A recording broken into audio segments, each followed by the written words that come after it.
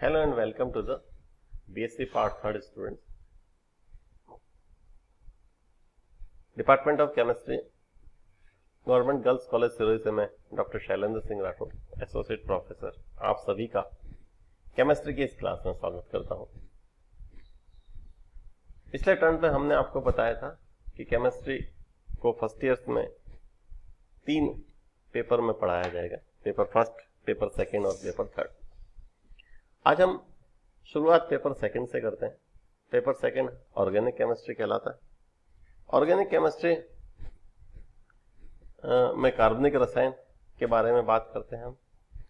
कार्बनिक रसायन के अंदर हमने यूनिट सेकंड शुरू करेंगे। सबसे पहले यूनिट सेकंड के अंदर stereo chemistry of organic compound. Organic compound की का त्रिविम रसायन है, मतलब किसी भी ऑर्गेनिक कंपाउंड की त्रिविम रसायन का क्या महत्व है, 3 डायमेंशनल स्ट्रक्चर कैसे होते हैं और 3 डायमेंशनल स्ट्रक्चर में परमाणुओं की त्रिविम में व्यवस्था किस तरह से होते हैं, how they are structurally arranged in a 3D space. And सबसे इंपॉर्टेंट बात, what is the importance of this stereo structure. मैं आपको स्टीरियो स्ट्रक्चर की इंपॉर्टेंस के बारे में बताने से पहले आपको बता दूं कि जिस तरह से हमारे लेफ्ट और राइट हैंड के ग्लव्स जो होते हैं, क्रिकेट में पहनते हैं ग्लव्स, या अपन घर में भी ग्लव्स पहनते हैं, लेफ्ट हैंड साइड का ग्लव्स और राइट हैंड साइड का ग्लव्स अलग अलग होता है, जबकि दोनों हथेलियों की संरचना सेम है। ऐसा इसलिए है क्योंकि लेफ्ट साइड के हथेली की उंगलियां और राइट साइड की हथेली की उंगलियों का त्रिविम में अभिविन्यास, मतलब स्पेस में अरेंजमेंट अलग अलग है। इसलिए लेफ्ट हैंड साइड का ग्लव्स राइट हैंड साइड के ग्लव्स में नहीं आता। इसी प्रकार मॉलिक्यूल का अणुसूत्र समान होता है, आपको संरचना भी समान दिखेगी, लेकिन उनके जो केमिकल प्रॉपर्टीज है, रासायनिक गुण है और कई बार भौतिक गुण भी है, ये भिन्न भिन्न होते हैं। कई बार तो केमिकली कंपाउंड दवाइयों के रूप में काम आता है, ड्रग्स के रूप में काम आते हैं। कोई एक कंपाउंड बहुत अच्छे से दवाई के रूप में या ड्रग्स के रूप में अपनी कार्य करता है, कॉन्ट्रेरी उसका दूसरा समावेशी काम नहीं करता। कैसे, जैसे मैं आपको बताऊं, कुछ एग्जांपल देके बताता हूं। स्टीरियो केमिस्ट्री दिख रहा है आपको, 3 डायमेंशनल मॉलिक्यूल पर डिपेंड करता है। It is a stereochemistry refers to the 3 dimensional properties of the reaction molecule. Molecule की 3 डायमेंशनल रिएक्शन प्रॉपर्टीज को बताता है। ये 3 डायमेंशनल रिएक्शन प्रॉपर्टीज को बताता है। एक मॉलिक्यूल है जिसका 3D स्ट्रक्चर आपको दिख रहा है। 3 डायमेंशनल में कुछ परमाणु जो डैश लाइन से हैं वो तल के अंदर की तरफ है, जो मोटे रेखाओं से लिखे हैं ये तल से बाहर की तरफ है, और जो सीधे लाइन से लिखे हैं वो एक तल में। ये 3D मॉलिक्यूल है, एक आपको 3D मॉलिक्यूल बताया। Stereochemistry plays an important role in determination of properties and reactions of organic compound. Organic compound की रिएक्शन को समझने में बहुत इंपॉर्टेंट काम आता है। आप गौर से देखो, एक स्ट्रक्चर ये है और एक दूसरा स्ट्रक्चर ये है। अगर अपन बीच में प्रतिबिंब बना दें, एक अगर मिरर बना दें, तो आप गौर से देखो एक दूसरे के प्रतिबिंब में। एक कंपाउंड कैरावेसिड अर्थात जीरे में पाया जाता है, तो दूसरा स्परमेंट अर्थात पोदीने में पाया जाता है, और दोनों के रासायनिक गुण अलग अलग है। दोनों की बॉडी के अंदर रिएक्शंस और बॉडी के अंदर इनका उपयोग और उनकी जो फिनोमिना है, उनका केमिकल बिहेवियर है, ये दोनों अलग अलग है, जबकि आपको लग रहा है कि दोनों स्ट्रक्चर सेम है। एक और बात बताएं, the properties of many drugs, कई सारी दवाइयां, drugs depends on their stereo chemistry, जो इनकी स्टीरियो केमिस्ट्री के ऊपर डिपेंड करती है। जैसे एक कंपाउंड है ketamine, this is the compound ketamine. आप गौर से देखो, ये दोनों एक दूसरे के प्रतिबिंब है। एक केटामिन एस है, दूसरा केटामिन आर है, क्योंकि अगर आप गौर से देखो तो ये दोनों एक दूसरे के प्रतिबिंब है। एक केटामिन एक दूसरे के प्रतिबिंब। एक एनेस्थेसिया में काम आता है, और एनेस्थेसिया का मतलब होता है निश्चेतक। निश्चेतक निश्चेतक का मतलब होता है ये एनेस्थेसिया, क्या कहते हैं, लोकल एनेस्थेसिया ऑपरेशन के समय सुन्न करने के अंदर काम आता है। तो दूसरा हेलिकिनोजन है, ये केमिकल हमारे शरीर में एक तरह का वो कंपाउंड है जो इमोशंस और कई सारे संवेदनाओं को व्यक्त करने में और समझने के अंदर ये केमिकल हमारे शरीर में इंपॉर्टेंट रोल अदा करता है। जबकि आप देखो गौर से, ये दोनों कंपाउंड दिखने में लगभग एक जैसे। अब गौर से देखो, ये this is the glucose molecule, this is D glucose, ये डी ग्लूकोज है, ये स्वाद में मीठा होता है, और इसका जस्ट प्रतिबिंब एल ग्लूकोज इसका प्रतिबिंब है। डी ग्लूकोज नेचुरली अकरेंगे, ये प्रकृति में पाया जाता है, ये प्रकृति के अंदर पाया जाता है, नेचुरली अकरेंगे, और एल ग्लूकोज नेचुरली अकरिंग नहीं है। ये डी ग्लूकोज हमारे बॉडी के अंदर शक्कर के लिए उत्तरदायी है, शक्कर की डिमांड के लिए उत्तरदायी है, और ये शक्कर ये कैलोरी भी देती है, इसकी मतलब ये कैलोरीफिक वैल्यू है, ये एनर्जी देता है।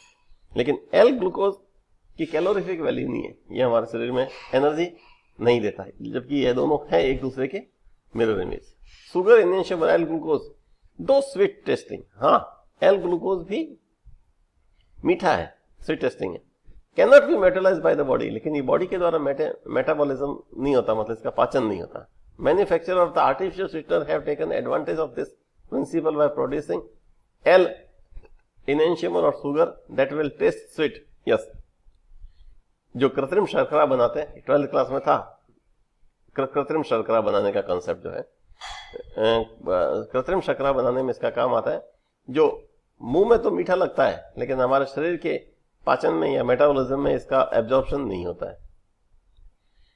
मीनिंग क्या होता है? Same great flavour with 0 calorie. Yes, D glucose का फ्लेवर भी मीठा है, तो एल ग्लूकोज का भी मीठा है। डी ग्लूकोज नेचुरली अकरिंग है, मार्केट में मिलता है, आपने अगर नाम सुना होगा ग्लूकॉन डी के नाम से मिलता है, लेकिन एल ग्लूकोज फ्लेवर सेम है, मीठा भी लगता है, लेकिन इसकी कैलोरीफिक वैल्यू 0 है, अर्थात ये 0 कैलोरी ड्रिंक के रूप में काम आता है। आप गौर से देखिए, इनहेंशियमर्स को देखिए, कुछ enzyme are capable of distinguish between the stereomers. 2 stereo isomer है, एक ये है और एक इसका मिरर इमेज है। एंजाइम इस कंपाउंड, ये कंपाउंड देखिए एंजाइम के, ये एंजाइम है, ये एंजाइम है, एंजाइम की एक्टिव साइट है, ये एक एक्टिव साइट है, दूसरी एक्टिव साइट है, तीसरी एक्टिव साइट, हमने 12th क्लास में एंजाइम भी पढ़े हैं, एक्टिव साइट है।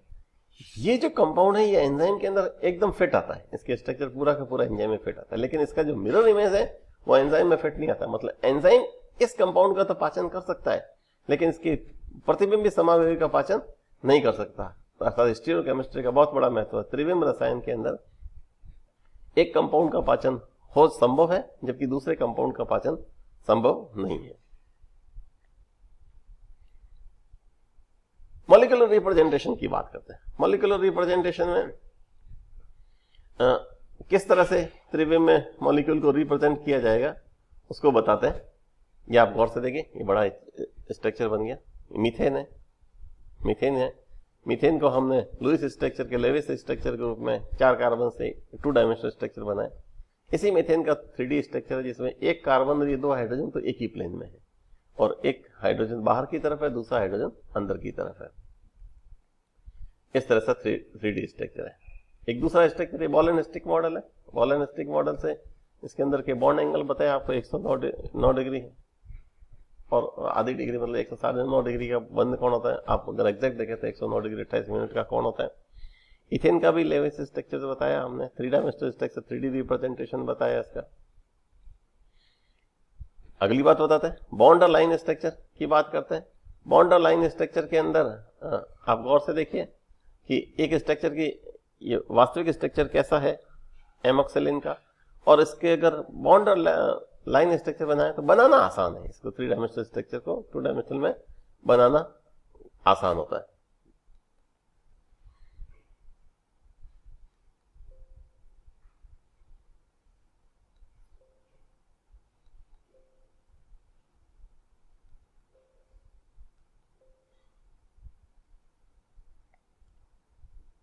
अब अपन बात करते हैं समाव्यवस्था की। समाव्यवस्था किसे कहते हैं, ये बहुत इंपॉर्टेंट बात है। ये आप तो क्लास 12 से ही पढ़ते आ रहे हैं। एक कंसेप्ट होता है समाव्यवस्था, समाव्यवस्था, आइसोमेरिज्म। ये हमारे असल में चैप्टर यहां से स्टार्ट होता है। समाव्यवस्था, कंपाउंड हैविंग सेम मॉलिक्यूलर होना, वे यौगिक जिनका अणुसूत्र समान है, समान होता है, समान होता है। लेकिन अणु के अंदर जो परमाणु अथवा परमाणुओं का समूह है, उनका त्रिविम में अभिविन्यास भिन्न होता है। लेकिन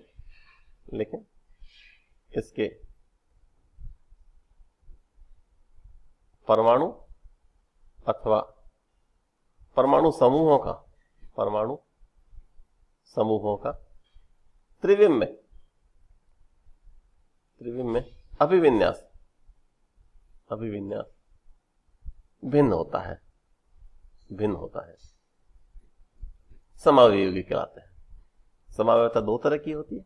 ये स्ट्रक्चर आइसोमर संरचना समावयवता, इसको बोलते हैं संरचना समावयवता, और दूसरी है त्रिविम समावयवता, स्टीरियो आइसोमर, ये कहलाती है त्रिविम समावयवता। ये त्रिविम समावयवता कहलाती है। संरचना समावयवता की सबसे पहले बात करते हैं। संरचना समावयवता कितने तरह की होती है? पहली नंबर 1 चेन आइसोमरिज्म श्रृंखला समावयवता, हिंदी में इसको बोलते हैं श्रृंखला समावयवता। क्या होता है श्रृंखला समावयवता? ये क्लास 11th में आपने पढ़ा कि chain isomers are differ in the order of in which the carbon atoms are bonded to each other. सबसे लंबी कार्बन श्रृंखला में भिन्नता होती है। जैसे एक अणुसूत्र है, मॉलिक्यूलर फॉर्मूला, ये अणुसूत्र कहलाता है। अणुसूत्र है C4H10। अब इसकी संरचना दो तरह की C4, it is an butane, ये एन ब्यूटेन है, इसमें 4 कार्बन की लंबी श्रृंखला। आइसोब्यूटेन, इसमें ये सबसे लंबी श्रृंखला 3 कार्बन की है, इट इज आइसोब्यूटेन। तो सबसे लंबी कार्बन श्रृंखला में भिन्नता है, इसलिए इसको श्रृंखला समावयवता कहते हैं। सेकंड तरह की समावयवता है स्थिति समावयवता, ये कहलाती है स्थिति समावयवता में क्या होती है कि कुछ परमाणु समूहों की कई बार फंक्शनल ग्रुप, कई बार डबल बॉन्ड, ट्रिपल बॉन्ड, कई बार प्रतिस्थापी, 3 चीजें होती है। डबल बॉन्ड या ट्रिपल बॉन्ड एक चीज। नंबर 2 क्रियात्मक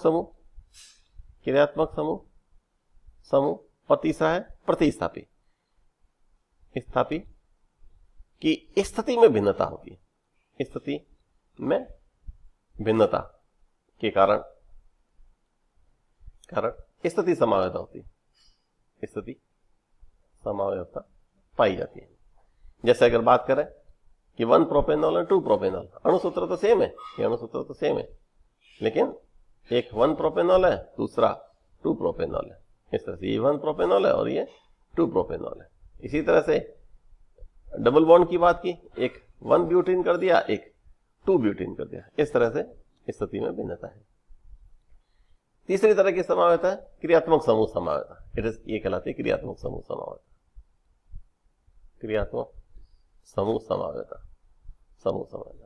क्या क्या डिफरेंस होता है? क्रियात्मक समूह की स्थिति में भिन्नता होती है, क्रियात्मक समूह में भिन्नता होते हैं। जैसे एक अणुसूत्र है C6H10O, C2S6O, इससे 2 चीजें बन सकती है। एक एथेनॉल हो सकता है CH3CH2OH, एक क्रियात्मक समूह जिसमें एल्कोहल है, और दूसरा क्रियात्मक समूह है dimethyl ether, it is CH3OCH3, it is ये दूसरा ईथर बन गया। अर्थात ईथर और एल्कोहल आपस में क्रियात्मक समूह समावे गए। इसी तरह से एल्डिहाइड और कीटोन, एसीटोन कीटोन है और प्रोपेनॉल एल्डिहाइड है। एल्डिहाइड और कीटोन भी आपस में क्रियात्मक समूह समावे गए। मेटामरिज्म क्या होता है? It arises due to the unequal distribution of carbon atom either on the side of functional group. एक डाइइथाइल ईथर है और दूसरा मिथाइल प्रोपाइल ईथर है। मतलब केंद्रीय परमाणु O के सापेक्ष CH2 के विनिमय से मध्यावयवता पाई जाती है, इसको मध्यावयवता भी कहते हैं, मध्यावयवता। और अंतिम में अपनी जो समावयवता है वो चलावयवता। चलावयवता किसे कहते हैं?